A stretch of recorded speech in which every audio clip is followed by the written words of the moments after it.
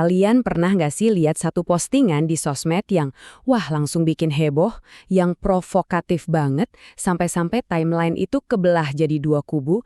Nah, hari ini kita bakal bedah tuntas satu debat viral yang pemicunya itu cuma satu kalimat pedas soal sekolah. Tapi ternyata dari situ kebongkar perdebatan yang jauh lebih gede lagi soal pengetahuan, logika, dan yang namanya hustle culture.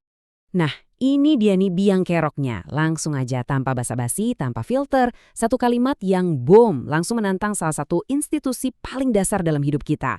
Tapi pertanyaannya bukan cuma soal sekolah itu scam atau bukan ya. Pertanyaan yang lebih dalam tuh, apa sih yang ada di balik argumen kayak gini? Oke, jadi biar jelas ya, tujuan kita di pembahasan kali ini bukan buat cari siapa yang benar, siapa yang salah. Bukan soal menang kalahan. Justru, kita mau coba bedah argumen dari dua sisi biar kita benar-benar ngerti sebenarnya apa sih yang lagi diributin ini. Sip, mari kita mulai dari awal. Biar kita paham konteksnya, kita harus lihat dulu dari sudut pandang yang memulai semua ini.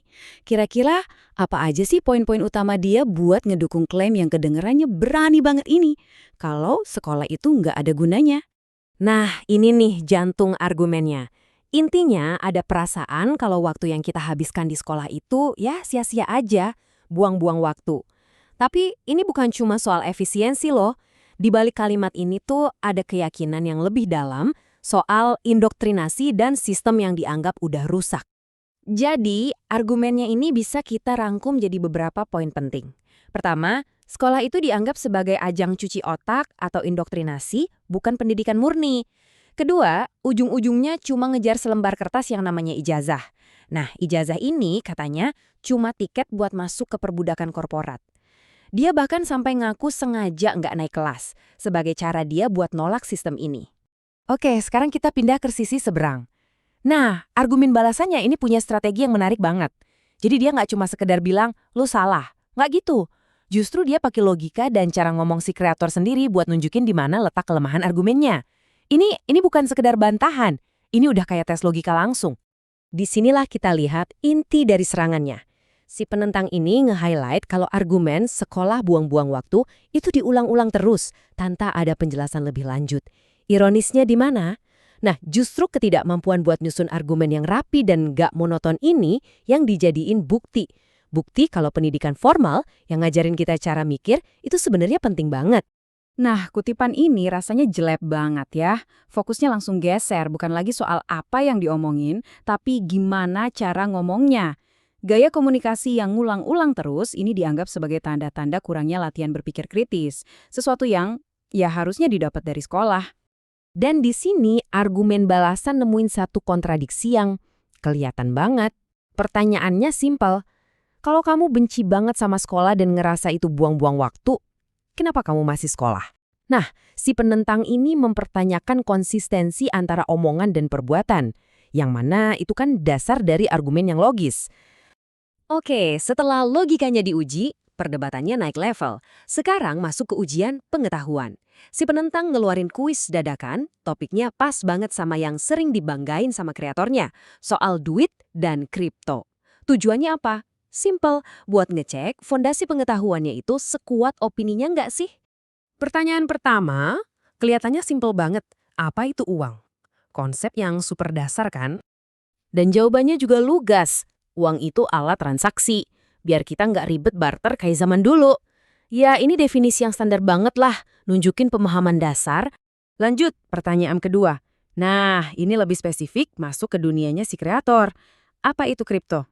Lagi-lagi jawabannya singkat, padat, dan jelas. Sebuah bentuk enkripsi yang terdesentralisasi. Polanya udah mulai kelihatan ya.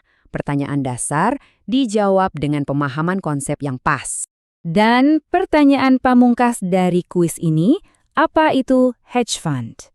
Jawabannya sekali lagi sederhana. Perusahaan tempat kita nitip uang buat dikelola. Jadi gini, inti dari kuis ini sebetulnya bukan buat ngejebak, tapi buat negesin satu hal. Punya opini yang kencang soal sesuatu itu harusnya dibarengi sama pemahaman dasar yang kuat juga. Nah, celah antara opini dan pengetahuan dasar inilah yang jadi inti kritiknya. Nah, dari sini pembahasannya jadi makin luas.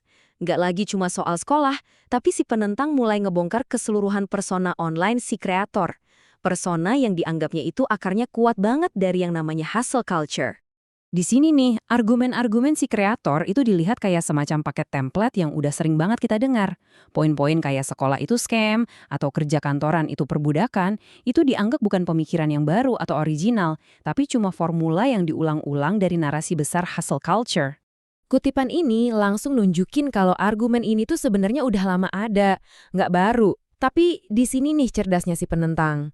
Dia setuju, iya, tokoh kayak Bob Sadino juga ngomong gitu. Tapi dia nambahin satu poin penting, bahkan icon-icon sukses walau drop out kayak Mark Zuckerberg sekalipun justru ngakuin pentingnya skill yang dipelajari di sekolah. Dan ini poin yang krusial banget. Jadi cerita-cerita sukses yang sering dipakai buat alasan ngeremehin sekolah, ternyata malah nguatin argumen sebaliknya. Mereka bisa sukses itu bukan karena ninggalin sekolahnya, tapi karena mereka udah punya modal dasar, kemampuan berpikir yang kuat, yang seringkali diasahnya ya lewat pendidikan. Oke, setelah kita beda argumennya, balasannya, sampai ke kritik yang lebih luas, sebenarnya apa sih inti dari semua ini? Coba yuk kita tarik benang merahnya. Kira-kira apa pelajaran yang bisa kita ambil dari semua drama ini, terutama buat kita yang hidup di dunia digital? Dan kita tutup pembahasan ini dengan satu pertanyaan yang mungkin agak provokatif, buat direnungkan. Pertanyaan ini ngerangkum inti dari semua perdebatan tadi. Di zaman serba digital ini, mana sih yang lebih bernilai? Punya opini yang lantang atau punya kemampuan untuk mempertahankan opini itu dengan argumen yang kuat?